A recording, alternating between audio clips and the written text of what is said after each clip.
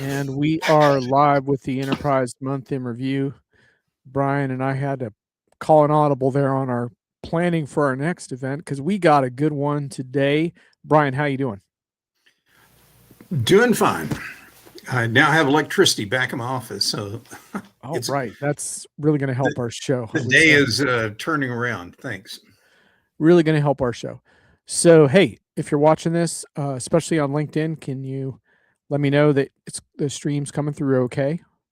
And if for some reason you're having any stream issues, I know there are some stream issues on X today. I can pop you the LinkedIn, the YouTube link as well. We got an extra special show today because we got the real deal on Agentic AI, new book. Let me just show you the whole agenda. Brian's infamous slide deck ready to go. Brian, what do we got, man? So we've got actually multiple cringy buzzwords we're going to talk about briefly here in just a moment. You and I are going to go through our top three stories, and since I took a peek at yours, I'm pleasantly surprised. Well, hello there, Thomas. Pleasantly surprised that a couple of you and I are coming at some of the same points with a couple of different pieces. We got should be a really interesting halftime. Andreas Welsch will be here. I think it'll be a real grab you by the shirt collar kind of AI discussion. Got a whiff or two in there that we're going to cover, and that's about it. It'll be a fast hour, that's for sure. John. Yeah, I'm feeling for Andreas here because he thinks we're going to do a book launch celebration. We're going to grill him, but it's going to be fun, and I'm really looking forward to it. Yeah, so hello, Thomas. Glad to see you. Glad the stream's coming fine. And Paul, it's nice to see you. It's been a little while. Those of you who track Enterprise AI should be tracking these guys as well. So it looks like we're going to have a very informed, high signal conversation today. Brian and I don't really compare a lot of notes ahead of time, so I don't know exactly where this is going to go, but we do start with our cringy buzzwords. That's just like at a software user conference. You have no idea what question I'm going to ask. And no. And I don't mean to cut you off, but one of the analysts at last week's event actually walked up to me at the start of day 2 and said, "It's good to see the old Brian back in action again," based on a question I asked of the execs. The old dreaded rule of 40. All right, Brian, what you got there? So we got like 3 of these little buzzword things. I hate this word, this phygital, or however you want to pronounce it, but that's its definition. Anything all the listeners can do to help kill that term as quickly as possible, I'd be eternally indebted to you. But that's one of them there. Unless you have a comment, John, all I will say is PR peeps don't send me press releases with that term in it. But anyway. Yeah, somewhere Olivia Newton-John is rolling over with the old phygital. Let's get phygital. I don't think that really works.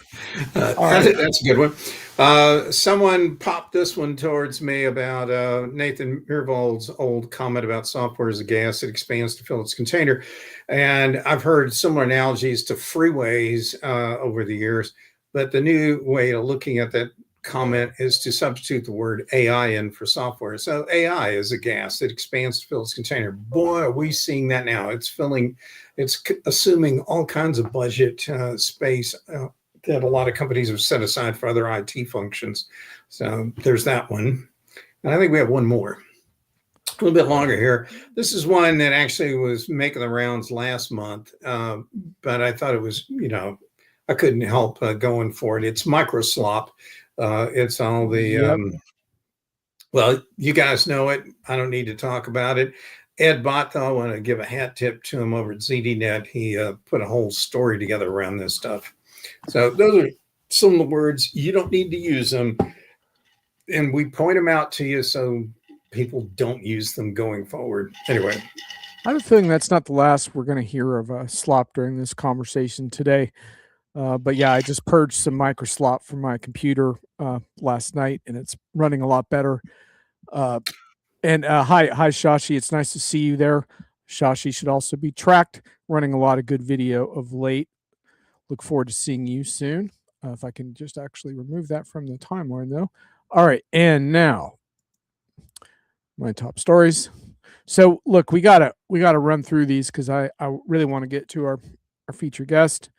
But this one, I could have picked gosh knows how many stories that have been written on Diginomica and elsewhere on the death of SaaS versus AI. And but I think Larry Dignan, who's been around the block a few times in this industry over at Constellation, I think he kind of nailed it down here a little bit in terms of that. Yeah, it's an illogical storyline, the death of SaaS for sure. But at the same time, like there is a margin compression issue that has actually been going back kind of a long time. Ray Wong over at Constellation has been talking margin compression for a long time, and I think it's kind of helpful to understand that one of the while I think the markets are really loopy right now, one of the things they're doing with AI is they're kind of poking at the value proposition for different things. Now, sometimes AI can't do the things to replace the things. So that's the funny part. I don't think you can really build AI to replace sophisticated SaaS applications in compliance industries, for example. But it doesn't hurt to have a healthy conversation about why these markets are being disrupted. And, when you look at the disruption of like research firms or SaaS or consulting, one of the things you say is, man, these firms kind of should have been working on this self-disruption for a long time before that. So, that's the thing with margin compression is you can't relax into it. AI is keeping us on our toes, if nothing else, Brian. And I think that's the big lesson from this story. I liked, it's a short story. I recommend people read it. There's a link in here somewhere for it. And anyway, what I was going to say is the compression deal is a very serious point. And to show, I guess, a flip to this, I was fascinated at Zoho's event last week because they hit I think it was their millionth customer and like their 15 millionth user or some number like that. Don't quote me on it, but I know they have 1 million customers now. And think about that. They get there because they keep the cost structure so low. Their sales cost is so low. Customer acquisition cost is ridiculously low. And I can go on and on and on. They are economically well suited to make it through any kind of disruption waves that hit the application software market simply because of the strength of how they engineered so many parts of their business to get through this. So this is definitely a good article to read on the margin compression because there's some really telling stories there from some of the other vendors, but realize that there are some other options or other alternate stories out in the market as well. Well, and just real quick, I don't want to turn this into a Zoho show, but the instructive thing about this vendor is that maintaining profitability, but also Sridhar Vembu has been talking about software becoming free or a commodity for a long time and planning accordingly. And so that's kind of my whole point. Is it any wonder that they're doing pretty well because they've been talking about this for a long time and preparing for this day. And also they can play the long game. I talked to a vendor recently and I said, if you can play your long game, it's going to work out for you, but I'm worried about the markets and the market fluctuations and how distracting that's going to be to you internally. And I think that's a really, really big issue. Shashi, your question on LLMs, that's a good one. I'm going to hold that for our guest, Andreas. He can field that. So Andreas, I think you're backstage. Make a note of that question. We're going to return to it when you're on. Yes, indeed. You're right, Thomas. It is 150 million. Yep.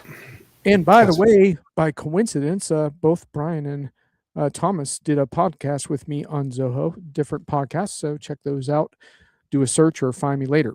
Okay, so moving on. Let's pick up the pace here a little. Okay, another one from Constellation. This one from Esteban on context graphs. And it's kind of a grouchy post as you would expect from Esteban Kolsky, Esteban is always in the running for the chief enterprise grouch, but actually he's really been digging into context and criticizing it, but also talking about why it's important. In case people haven't followed it closely, there's been an explosion of posts around the importance of context to decision making and LLM agents and how we have to really rethink context at inference time and expand the nature of what context looks like, because so often there's personal signals and signals in unstructured data, signals in your email, all kinds of, it's called signals in this lingo, but basically everything that you need to make a decision. And can you rethink that a little bit instead of thinking like, oh, we're just going to rely on one source of context, like our SAS system or whatever, that you need a lot more than that and a richer thing. And so context graphs are in right now, and Esteban's kind of saying it's much bigger than just graphs. So Brian, unless you have a comment on that, I'll just plug on. Go. Okay. And here comes a real rarity. I'm actually featuring a vendor page in this. This is from Causal Lens. They're a causal AI vendor. I don't want to get into an AI deep dive right now, but causal AI is fascinating because in some large language models don't understand causality, and I think a lot of people don't understand that. They understand correlation, and there's a really huge difference. So, for example, LLMs actually don't understand necessarily that smoking causes cancer, for example. Like, they know the relationship between the two, but in an LLM, it's a two-way relationship. Now, granted, it's been trained so many times on the phrase smoking causes cancer that it's generally going to get that right. But cognitively speaking, it doesn't understand the difference. And so, for example, in the study of causality, which goes before AI, you look at, for example, in that case, there's what's called the confounding variable, which is genotype. So the human genome influences smoking and cancer, tendency to get addicted to cigarettes, etc. So the confounding variable is a hidden variable. So what's cool about causal AI is that it surfaces those things. So I wanted to encourage people to check this out. It's one of the best explanations I've seen around this. I'm taking a course on it right now. But what it does is it gives you a really good basis for criticizing large language models, but also understanding how they can be improved, because you can construct things like quote unquote causal graphs and include that in the so-called context you feed to a language model to help it to get a better handle on what causality looks like. But causality is everything when you're trying to make good decisions, Brian, because if you don't know the reason for your customer churn, you're just making guesses. And the same is true in a lot of medical things and everything else. So I wholeheartedly recommend people read this. And this, if I remember right, this and the previous piece you just were talking about from Constellation, I think are two good bookends to study. And I think it was this story had examples of like pictures of cattle in different environments. So if you saw a picture of a cow in a grassy field, well, then it could pretty much guess that is a cow because it's got the right context or whatever in there. But if you go one step further and you show it near a lake, but there's still greenery and trees, then it goes, that's still a cow. But if you put the cow on a beach, then the AI stuff goes bonkers because it can't figure that out. It doesn't realize that there should have been looking at some other factors, not just is there grass or pasture or whatever, in figuring that out. So there's some great stuff in here. It's an easy, fast read, as was the Constellation piece a moment ago.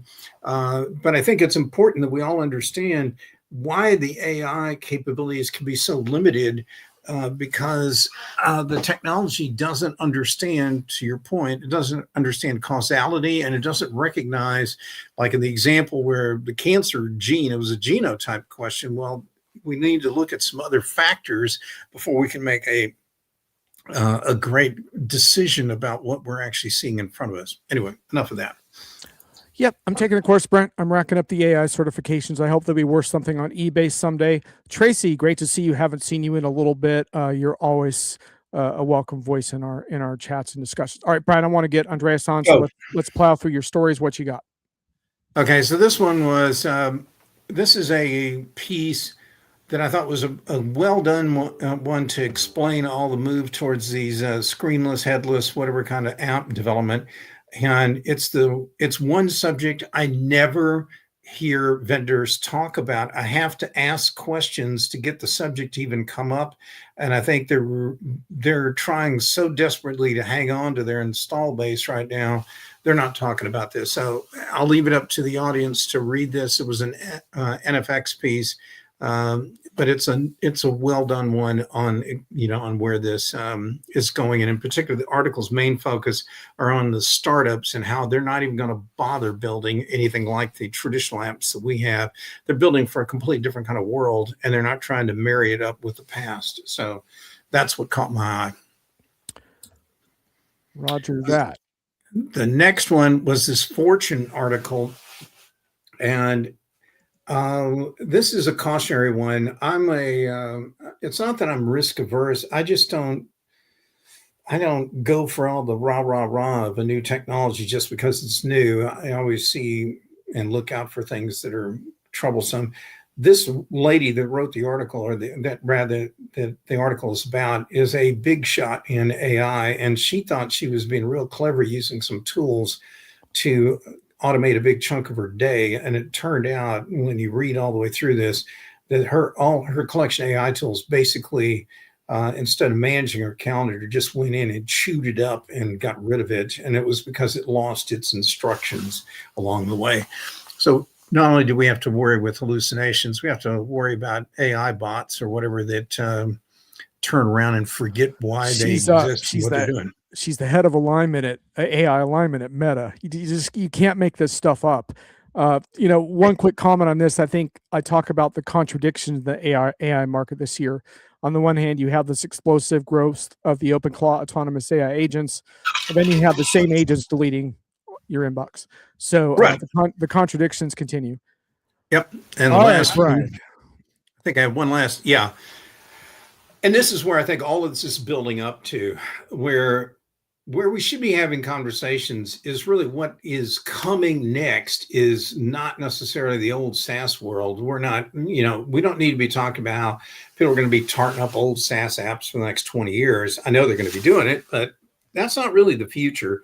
And what we aren't really discussing as much is what is it that comes next, as opposed to, I don't think it's going to be a SaaS apocalypse. We don't need to go doom and gloom. We need to look at this as more of an organic evolution of where technology is going to go.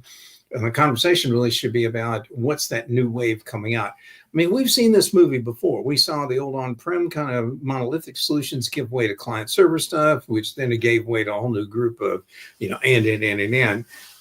This is really where the conversation ought to be. And this is probably what's really behind all the stock market moves lately, is that the stock market, which is always looking several years into the future, is foreseeing an end of one era and the beginning of another. It's just that no one can quite define what the new era really looks like yet. That's it. Yeah. If only the stock market wasn't doing it in such an irrational and ridiculous manner as to think you can replace IBM COBOL mainframes with some homemade Claude code at home. But anyhow, I don't think IBM should lose 10% of its market cap for that pseudo revelation. But anyhow, we don't have time to talk about that any further now, Brian, because we have Andreas Welsch. Andreas, you are about to join us. We're at the halftime show. Let's do a test of your audio. How you doing? All right, doing well. Thank you so much for having me. Great to be here. Yeah, we picked a bunch of stories for our month that we thought would, kind of fit in well with your thinking. So we'll get to that in just a sec. But first, we got to do your official bio slide. And by the way, Brian didn't do his usual trick of picking like weird photos of you from social media. So you should be happy about that. Yeah, you got a pretty professional slide here today. So anyway. That's awesome. Thank you so much. There are hardly any weird photos of me on LinkedIn or on the internet. They're only the two that you see, the two headshots. Yeah, indeed. And you've already published the AI Leadership Handbook, and now you've put out the HUMAN Agentic AI Edge. And yeah, indeed. And congratulations. That came out actually on Wednesday, so that's very cool. Yes. And we're gonna get into that book, and I'm really looking forward to that. If he gets to promote books, I'll promote some of mine. Yeah. I mean, we could literally hold them up. I think I have a copy of Andreas's here. In fact, let's just switch layout for a sec. Yep, indeed. Here we go. I do want to get to that, but you're not really on the show because of your book. Although I'm really looking forward to talking about your book because it's really interesting. You're on the show because you bring a very compelling, I think, view of AI in the enterprise. And you and I have done past show visits on your show together, really hashing things out. And it's been really fun to have this dialogue with you. I think you've done a great job of fostering that, not just with me, but with a lot of different thinkers. And I always enjoy those conversations. If you want to check out What's the Buzz, you can listen to those podcasts. And you and I are really interesting because I think I come at AI from kind of very edgy, kind of different manner, kind of balancing my curiosity with my skepticism and trying to dig deep. And then, you come at it from the projects that you've seen and been a part of. And then in the middle, we have a passion for getting projects right. And I think that's what's driven our dialogue. So thank you for that. And that's what gets you onto our show. Before we get into your book, and I do want to do that, did you want to comment anything on anything that jumped out to you? Because a lot of the stories were AI related. Did anything kind of hit with things that you're thinking about? The question is, what do I not want to comment on? Yeah. So look, like so many of us, I've been following, like you said, the irrational ebbs and flows and dips and spikes in the stock market. And honestly, the thing that puzzles me is that, say, about 6 months ago, the talk was vendors. How are you making more money? How are you making money with AI? How are you being profitable? Who's using that stuff? Now we're waking up to the fact that, holy moly, this actually works. What do we do if this works, right? Does it chop away at the bits of the established players? But there's one thing that I would caution all of us to think about very clearly and deeply. While it is an evolution, and I see the same way as Brian does, software vendors have been really, really good traditionally making this evolution and finding ways to monetize it too. So yeah, fine. It's fewer seats that you'll be selling. Okay, so what? I'm sure there will be creative ways to monetize at the business object level, at the transactional level, at an outcome level. I'd be surprised if large vendors aren't already thinking about this or haven't already been thinking about this. So if you think software is going away, SaaS is going away, first of all, it's not happening overnight. It's not the dinosaurs, not a big bang. Even they didn't go extinct in a big bang. It's a shift. And I'm convinced that there are new models, new revenue models that vendors will be looking for. And also don't be surprised if at the end of the day, you actually pay more than you used to pay for your SaaS licenses or subscriptions. I've been having some arguments with LinkedIn AI aficionados about this because they talk kind of condescendingly about systems of record. And one of the things I point out is that when's the last time that a system of record vendor just walked around saying we're a system of record? They've identified this issue a long time ago because they were already disrupted by analytics and planning vendors for the same reasons. So they've been working on trying to become more strategic for a long time. It doesn't mean they're all going to thrive and succeed, and there's going to be new players. But the other thing that I think you point out, which is important, is that they're sitting on a lot of data and also a lot of deterministic workflows. So anyway, I think it's a complicated story, and I wish the markets were moving a lot slower than they are. Likewise, one other point to add here is, why do we have standard software? Why was standard software created in the beginning, or to begin with? Because companies and vendors realized that there are repeatable processes, repeatable problems. We don't need to reinvent the wheel at each and every company. Let's create a standard, build an ecosystem around it, take the same product, because it applies to so many companies, and you have one company that manages this for you. So you don't have to do it. Sure, you can vibe code it, and you can put hundreds or thousands of developers behind building your finance application, your HR application. But is that really where you should be spending your dollars? Or should you be investing those dollars in moving your business forward, creating new revenue streams, creating new business models, which I think is actually the better place. The second part is, why do we have enterprise software? Why do businesses work with software vendors? Because it's also a good part of risk mitigation. I need my process to run, at a high level of accuracy and dependability, not just most of the time, but I don't really know when it doesn't work. Kind of to the OpenClaw example that you shared earlier, and going in and trying to defuse a ticking bomb. So there's a lot about risk mitigation. There's a lot about the old one throat to choke idea. I don't like the visual appeal of that. But that to me flows into the discussion of SaaS is dead. Not really, it's evolving.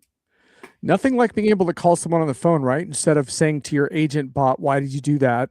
I don't think your agent bot's going to give you a very satisfying answer to why did you just destroy my inbox. Shashi asked a related question for you, Andreas. Do you think people are paying attention to LMs and chips and forgetting the pipes, Cisco, Lumen?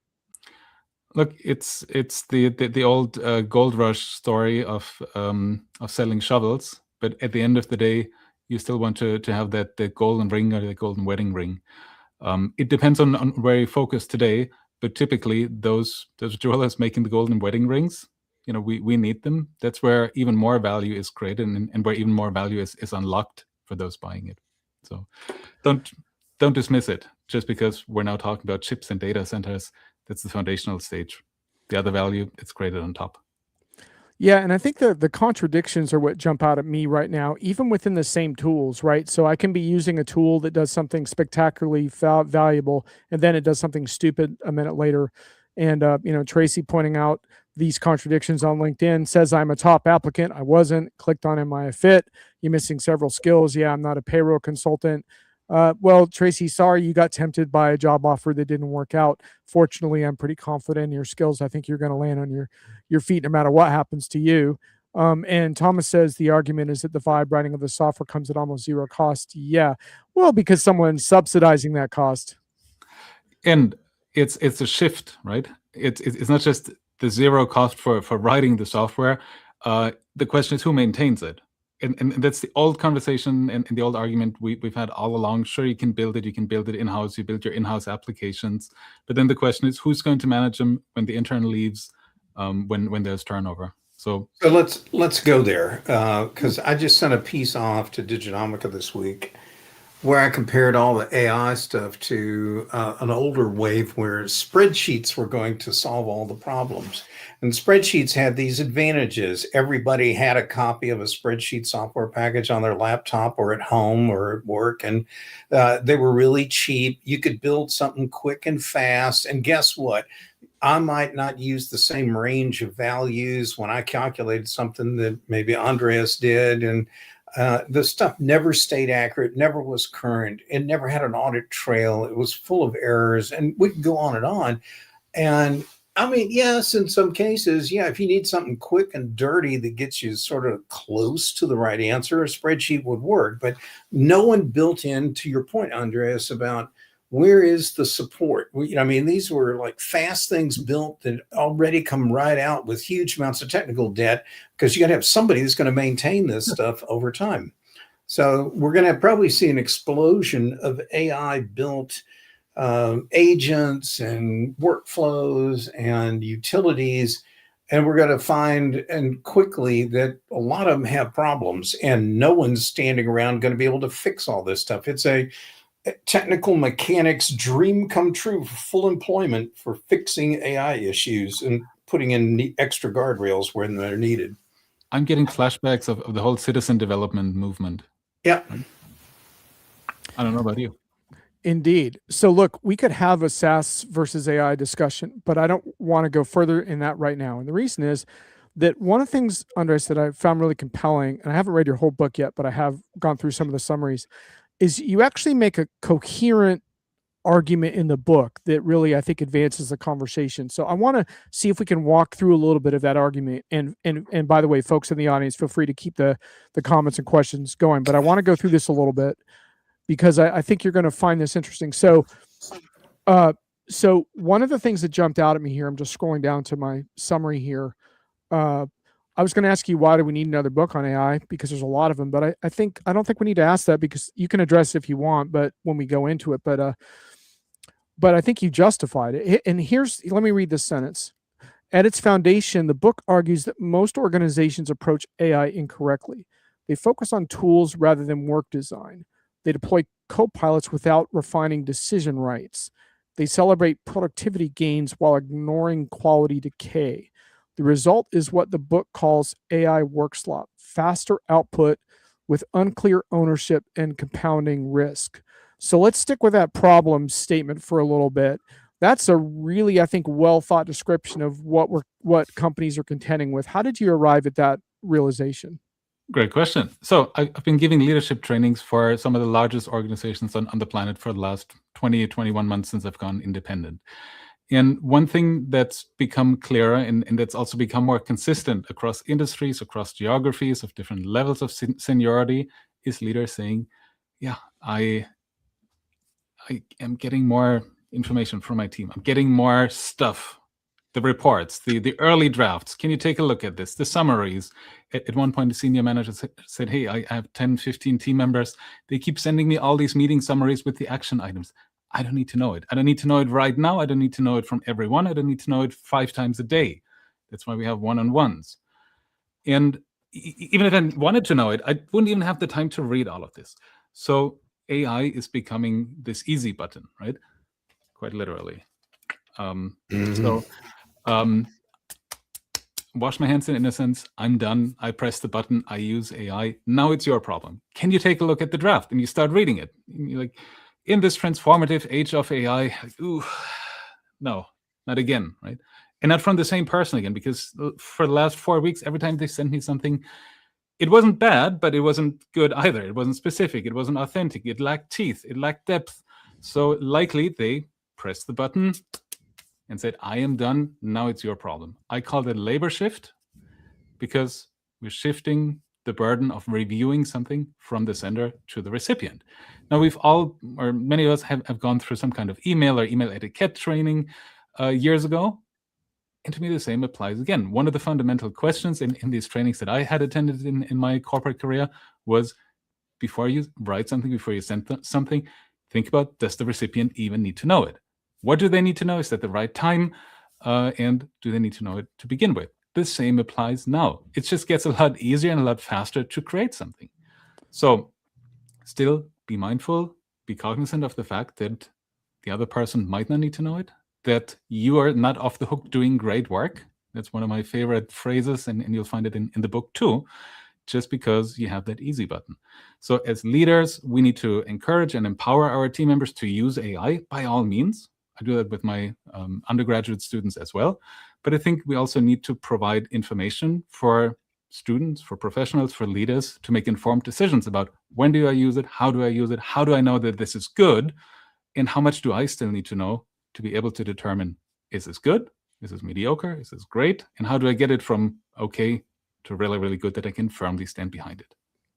So on that note, Tracy's comment, check this out, the vibe writing. I'm not sure if this is what you mean, but now all the content posted everywhere sounds the same.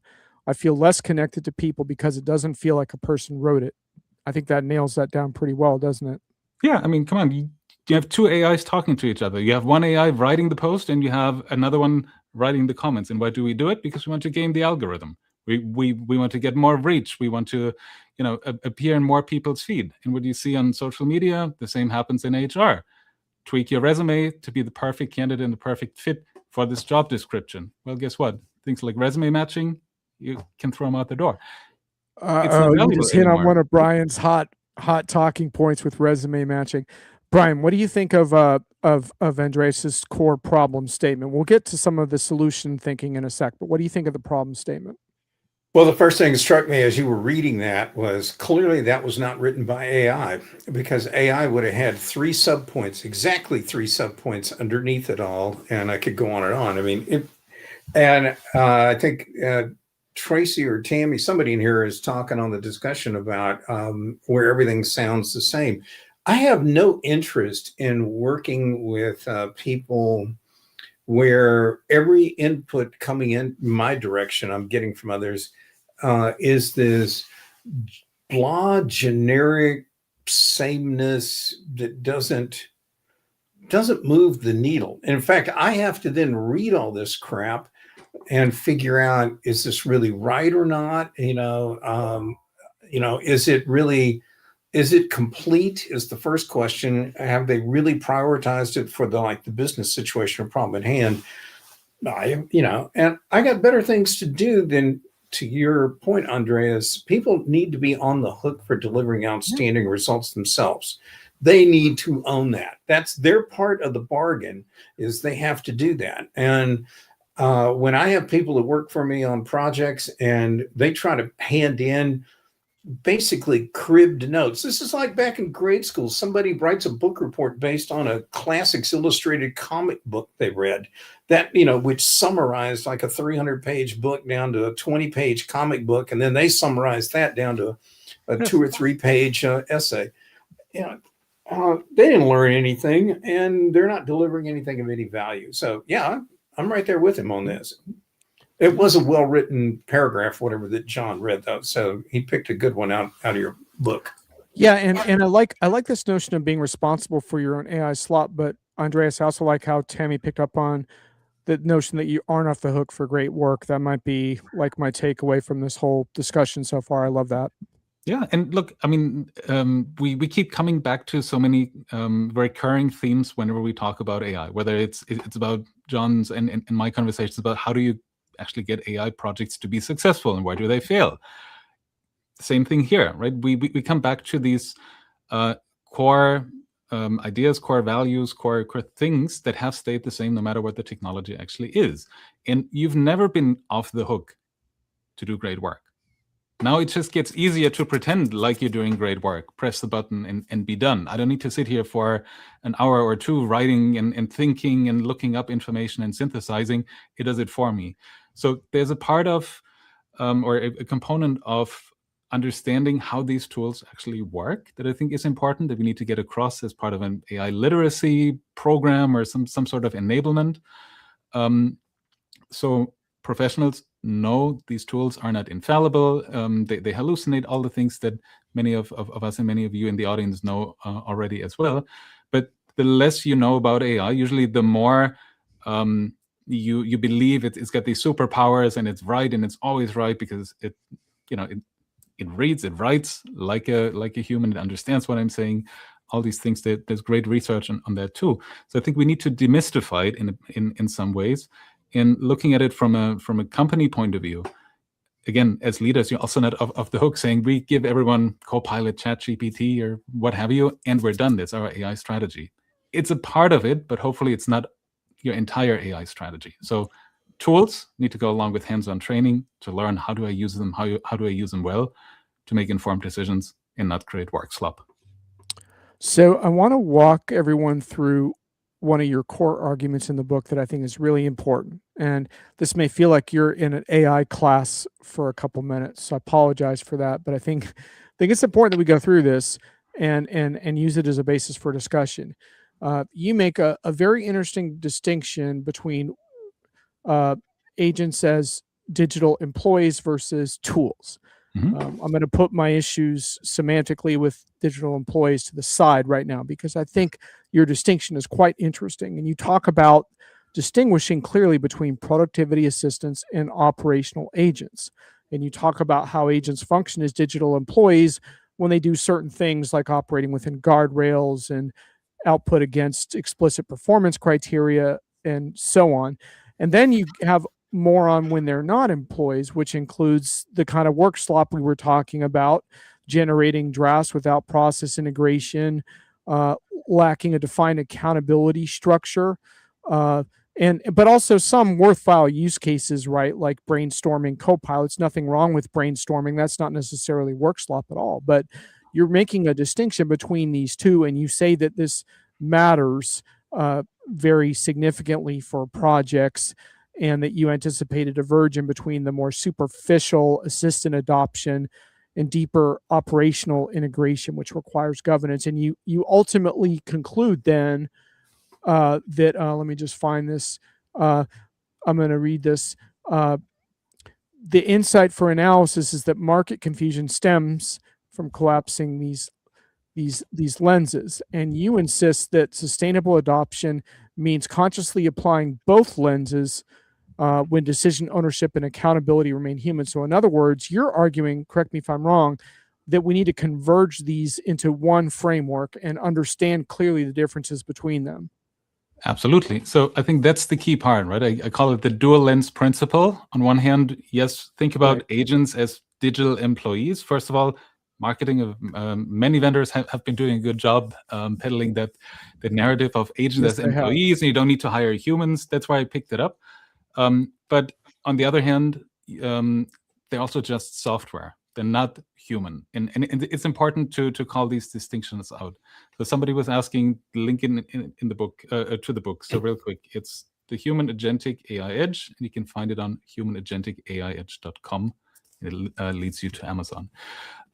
So on the digital employee side, right? The thing that puzzles me is right now, it's technologists making the decisions about the future workforce and workforce composition. We are the ones building agents because, hey, the technology is there. It's cool. It's exciting. Look at all the things that we can do now. But let's be honest, there are teams, there are organizations that have already figured that out for humans, human resources. And where are they? Not at the table, maybe not even in the building on these conversations. That was a big disconnect that I noticed already earlier last year. And I think on the Genomica, we did a piece when Moderna brought HR and IT under the HR leadership. Yeah. And to me, that was a pivotal moment to think about this and say, yes, agents are digital employees when it comes to managing, governing them. They need a role. They need some kind of guardrails, knowledge. They need to abide by codes of conduct in a sense, by industry standards. Think IFRS, if you have a finance agent, they need to know about this. Rewards. How do we know what an agent optimizes for? What's the reward function? For people, it's money. It's a salary, it's a salary increase, it's a bonus, it's maybe some stock options, these kind of things. What about the agent? Organization, things like an address book. We know who's in our business. We can call them if they have a phone. They have an email address. I can reach out to John. I can reach out to Brian, and I can ask a question. There's also an org chart, and I know what John and what Brian does. Today in a business, I probably don't even know which agents I have that are connected to business systems. So there's risk, there's uncertainty, there are all these clouds in the sense of masking what is actually there. So we need the reward function for an agent would be not turning it off when it screws up. Yeah, right. But I'm being a little sarcastic, but you're totally right. Brian, you are definitely well versed in the HR side of this mix. So what do you think of that? So yeah, I know all about that Moderna deal. And when I went looking around, I could only find 4 companies in the world that tried to merge IT and HR together. And now if we go, and I pointed out that there's a huge amount of re-engineering work that requires knowledge about what do you really know about what people do today. That's one giant knowledge gap that most HR departments don't really know. If they know anything at all, they have some old, out-of-date job descriptions that still don't capture the totality of what it is someone's doing on a day-to-day basis. So we got one, you talk about systems record at the top of the call. There's a amount of information that's just not present for people to use to actually re-engineer and rethink radically what work is going to be all about. AI vendors or people who want to do vibe coding, they might be able to cherry pick some very visible sore spots and find a way to use AI to maybe make something incrementally better, but I'm not expecting miracles out of this going forward. And I'm not, call me whatever names you want, I'm not necessarily sure that most HR departments have the people, the skills, and the budget to do some of this kind of radical rethinking of work. I'd like to add one point. And I think between all the challenges, all the risks, there's an opportunity. And it's important to call out that opportunity. The opportunity I see is that businesses for a long time have been teaching their employees how to communicate in the values, the right words, the lingo. There's a set of cultural markers, if you will, corporate culture.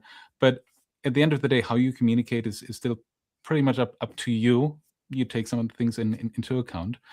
But now, especially with customer-facing agents, I think there's a huge opportunity to have not just one agent, but many agents, multiple agents, actually adhere to your values, communicate in the way that you would like them to communicate. But what's happening? It's IT folks, it's technologists building individual agents, in many cases, without that consistent vocabulary, if you will, or style guide or tone. And that, again, leads to a fragmented experience over time. That I'm assuming. Now, if you were able to ground them in the same vocabulary, in the same tone, the same the same terminology, I think you could get a lot more consistency out of your customer-facing experience. I'm not seeing a lot of people or organizations talk about that yet. And I think that's one of the opportunities. And again, why HR, IT, Communications need to work better to define, hey, how do we want our agents to communicate? And then starts the lifecycle management of the information. It's not just a once and done thing where you upload your PDF, where you do a RAG, and then the agent has the information. No, how do we keep it up to date? Who owns it? When do we review it? How often? How do we know that it's still accurate? Right? The same things again that we've seen with chatbots, that we've seen with knowledge bases.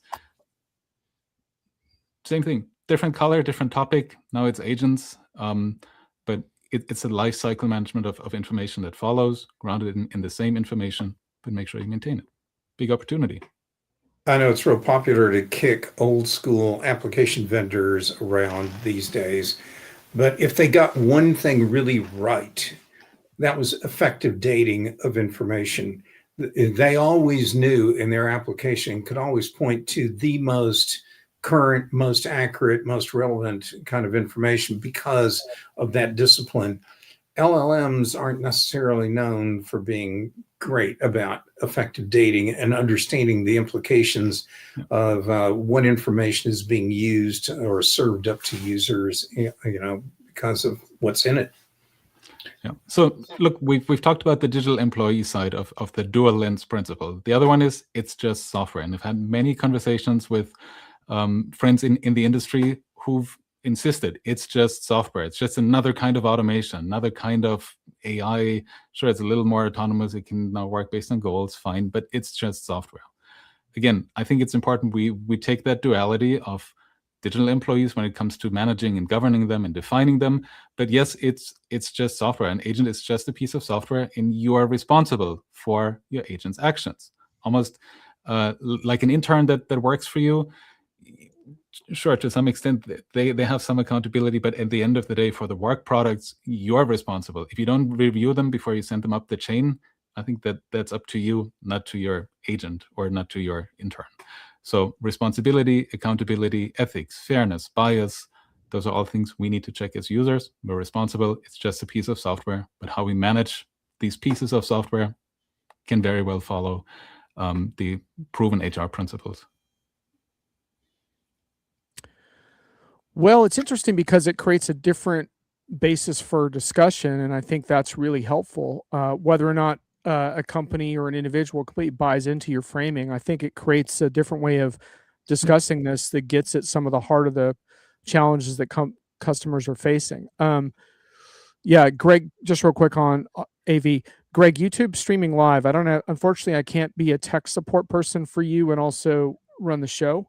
But at least you can listen. So sorry, but it will replay on YouTube as well. But it's not restricted to subscribers or anything like that. Anyhow, Andreas, where would you say your typical customer that you talk with, if they get stuck around getting more out of AI as per their investment, like say, for example, Goldman Sachs just came out with another report saying there's basically been no appreciable productivity gains around AI investments to date. When customers are getting stuck, what do you think of the stuck point, and how can they get unstuck? So the first stuck point was, what product should we roll out? I think many organizations are past that point, especially if it's around personal productivity. And I see two different camps. One is we've given a select group of users Copilot, so they can try it out. We learn, we roll it out to a larger part of the organization, but everybody tells me it's really expensive. The second part is we are not making such a big investment, but we want to also have better governance. So many of the customers I work with use a front end called LibreChat, which is your model garden. You can build agents, custom GPTs, and so on.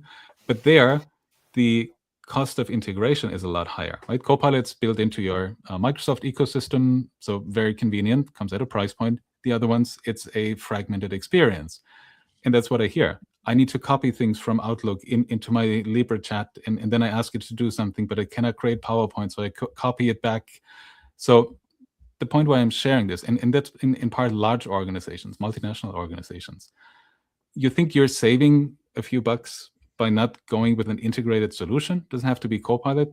There are many others where AI is integrated. You think you're saving a few bucks while you're actually shifting the cost, again, back to labor, because there's a person sitting in a chair that now has to do the swivel chair integration that we've also known for a long time. So again, on paper, you're saving license costs, but actually time savings, the things that you're after, you're kind of killing that part in a negative way because you're asking your people to spend more time. So either way, if they've rolled it out, then the question is, how do we get our people to use it? Because we're making the investment, whether it's $3 or $30 per user per month, how do we get them to use it well? And I think there, the hands-on training from simple prompting to building agents and GPTs is really helpful. And what excites me is when I see leaders figure things out on their own. Between modules week by week, they come back and say, hey, I pulled in some customer data and production data and order data, and I asked my assistant, my AI assistant, to correlate the data and tell me which customers order from us multiple times a week, the same lot sizes. How can we consolidate this? Can we have a conversation with the customer and say, instead of ordering 2 or 3 times 100 parts a week, can you order 3 by the end of the week, and we work out some better terms and conditions for you, or give you a discount, so we don't need to change the material and send 3 trucks your way. Those are the things, again, personal productivity, where it clicks for leaders using these tools, and they get me really excited because it's tangible. Where I think there's a lot of potential, again, if you think of this as 3 concentric circles, where at the innermost circle, personal productivity, they might not be the most impactful use cases, right? We're not talking about millions of dollars in savings, but what it does is it helps people get more familiar with the technology, warm up to having an AI, having an assistant, learning how to use these tools. And then when it clicks, they can think about, well, where can I use this and where else can I use this? So from there, like I said, it's in the book too. The next circle is operational efficiency. What are things that my team does on a regular basis? What are tasks, what are processes we run through, and how could we streamline them, automate them with the help of AI? And then the next one, the last one, is strategic differentiation. So with the data that I have and having agentic capabilities in my workflows or building agents, what new products, what new services can I offer, or how can I improve the ones that I already deliver? Okay, that was the jingle. Wind chime alert, huh? Brian, what do you think? Where are we? Well, I think we're going to have to be saying goodbye to Andreas here in a minute, but I also think we could probably keep the conversation going for another hour or two easily. I like the idea of looking at this. You used the concentric rings model, but I boiled it down to just 2 levels. To me, there is a lot of what people are using this stuff for. It's just incremental improvements. There's a whole bucket load of things people are doing, and a lot of application software vendors, they like to sprinkle a little agentic here, a little algorithmic AI love somewhere else, and a little generative AI in another part of a piece of a process. I get it, but the other end of it is the really transformative stuff, and I'm not sure a lot of companies fully understand what the state of the art really is, as well as the state of the potential downsides that they have to manage. So there's a whole new set of risk and everything else that have to be, people have to learn, and that's just the way it is. But anyway, I like the model. I want to pile on for a sec, because I haven't blown a gasket yet in this episode. I'm getting close now. It's not. It's nothing personal to either of you, but the thing that is really bothering me right now is not anything you've articulated, Andreas, but it's the overall failure of imagination that I'm seeing, which is why I wanted to pile on to Brian's comment. And I think it's really hypocritical to hear companies like Accenture talk about outcomes, but then reward promotions and not based on enforced use of tools. I got news for you. If you have to force people to use your tools suck. Like the way to do this is to create safe experimental environments where employees can surface great ideas and great use cases, or co-innovate with trusted vendors on those same use cases. And the coolest stuff I've seen in the last 6 months mostly came out of co-innovation work. It wasn't like, oh, you have to take baby steps with these boring email generation tools. No, like dive in with some creative use cases. And I even see that in our own team at Diginomica, where they will come up with really cool things to tie a bunch of analytics stuff together. Now, granted, we don't have the pressure of enterprise scale and governance in quite the same way, so it's a little bit different. But the point is, you see the spark there. And what I'm missing from this conversations around AI mostly is the spark. It's mostly about like, oh, Jack Dorsey just laid out 4,000 people, like, let's get rid of the people. This is awesome, but then you contrast that, and smart companies like IBM and Walmart are actually staffing up. But the point is, like I really want to see a shift in this conversation a little bit towards more imaginative thinking, which is not to say that operational efficiency in this economy isn't important. It totally is. No, but okay. But I think let me respond on that. Yeah. I get these requests, I'm sure all of us do, on the discussion, chat and on this call, from people who want us to follow them on LinkedIn and particularly subscribe to their newsletter. If you ever look at these newsletters, you could tell somebody asked an AI tool, can you write 600 words on some subject, and you get this really generic deal. Why do I want to read anything that an AI tool wrote when I wasn't even looking for it? And I know it's going to be old news because by the time it gets packaged. Now, some of this is the fault of marketers. I get it. But to your point, John, there is not one iota of a spark in there. You could do all this AI generated content and it's just noise. It's just crap. And I don't want it. I don't want to read it. And I think so much less of the people, the marketers, the companies, and everything else that promote this kind of stuff as if they invented something when they didn't do anything at all. The spark is just not there.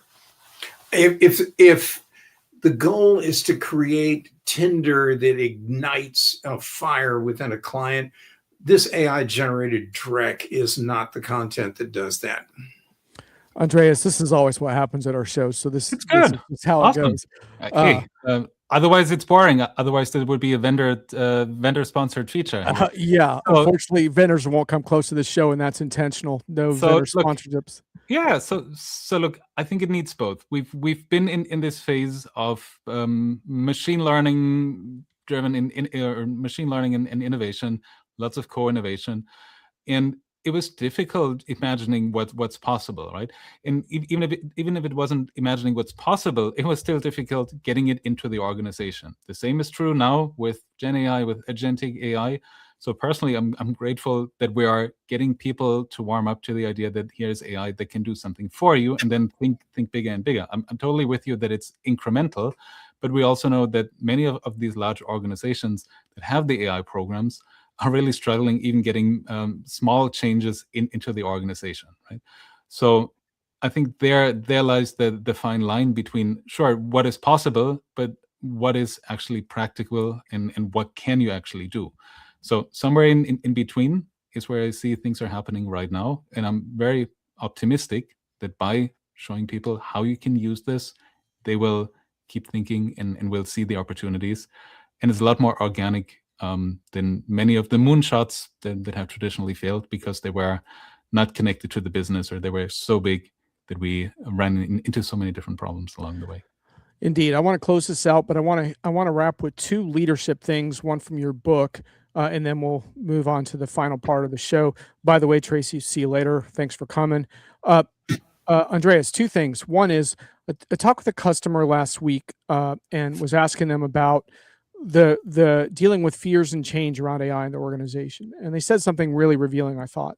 They said 300 of their employees are working hard on data science and AI, and they're pretty engaged, and they have a good sense of what's going on. They said the rest of our employee base, like 7,500, they're terrified. And they're all reading the headlines, right? And these things are crazy. I mean, every day now there's some other stuff. I mockingly referred to the Anthropic IBM thing or whatever. And then, there's another Anthropic thing involving autonomous weapons in the Pentagon this week. But the point is, there's a lot going on that could scare people. And I think that's a huge leadership challenge inside of organizations is moving past fear into something more sane and useful. And then the other thing I wanted to hit was directly from your book. I really like this line: creating is easy, filtering and prioritizing are the new bottleneck for most leaders. So give us your kind of parting words. You can riff on that or something else you want to. Sure. So look, when AI is not only the proverbial, but the physical easy button, it's simple to create. It doesn't take a lot of effort.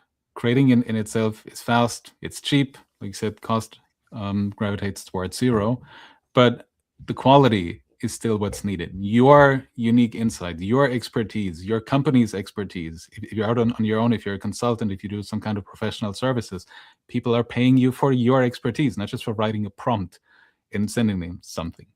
So again, it comes back to the fact that you're not off the hook doing great work, but as you're getting work from other people and work products, it gets a lot harder to discern, is this right? Is this accurate?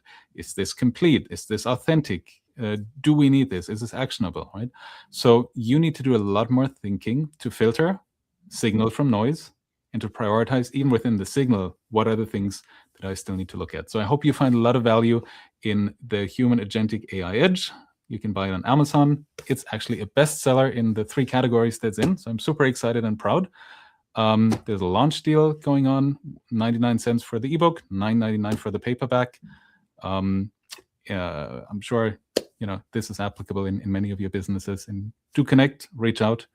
And thank you so much for the opportunity to be on the show today. Thank you. All right. Well, appreciate you joining us. That was a really interesting conversation. I'm sure we will be continuing it in another form at some point. And you're welcome to hang out backstage if you want. We're going to wrap up. All right, Brian, we are in the very, very final phases of our show. I don't think we said anything about AI. I must have missed that. Yeah. Any of you that has AI fatigue, sorry, we hit the wrong show this week.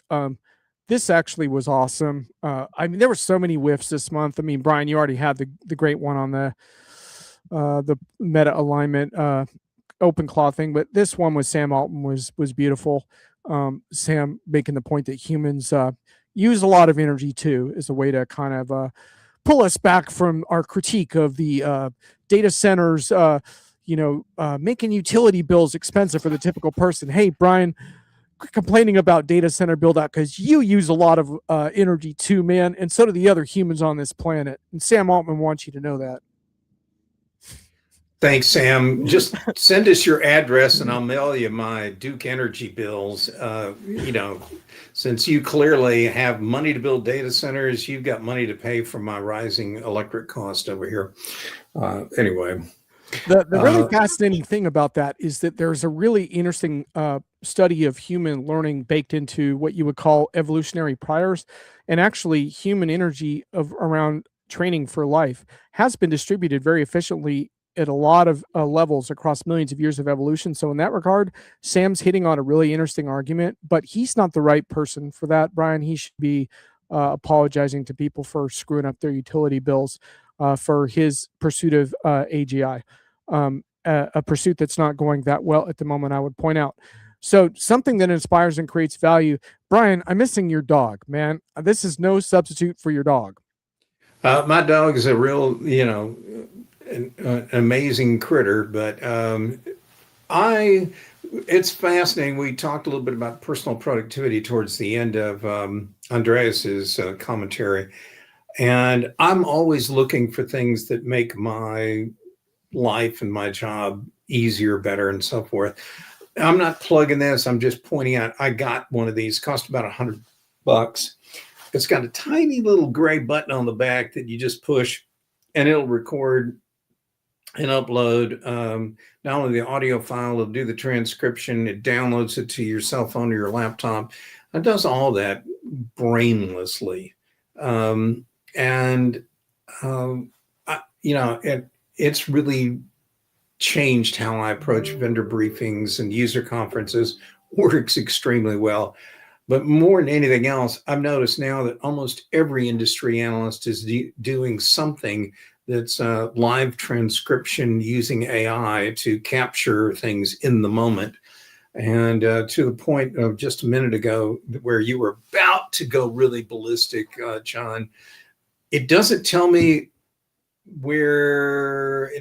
tell me where the spark is in a vendor's commentary. I still have to figure that out when I go through the transcription, but it does save me a lot of time. So I just, as a personal productivity tool that just happens to have AI behind it, I like that. I like that a lot. I've been thinking about writing a blog post on Diginomic about a couple of attempts I made to have AI fix certain problems I was having, and then how I ended up falling back on more deterministic automation instead.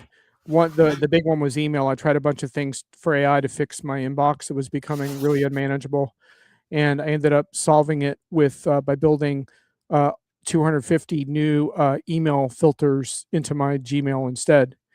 Now, it took me some time, but the thing is, it friggin' works.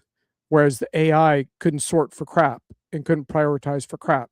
So anyway, it's kind of interesting, and you just never know. I mean, it doesn't mean that AI is bad. I love my AI transcripts just like you are enjoying yours. So I use them all the time. But anyway, I think it's kind of interesting how it's not always the right solution for every problem. But anyhow, something that inspires. I mean, I guess for me, it's it's mostly like having a vigorous chat like this with all our peeps in it chiming in. Thank you all today. You were great.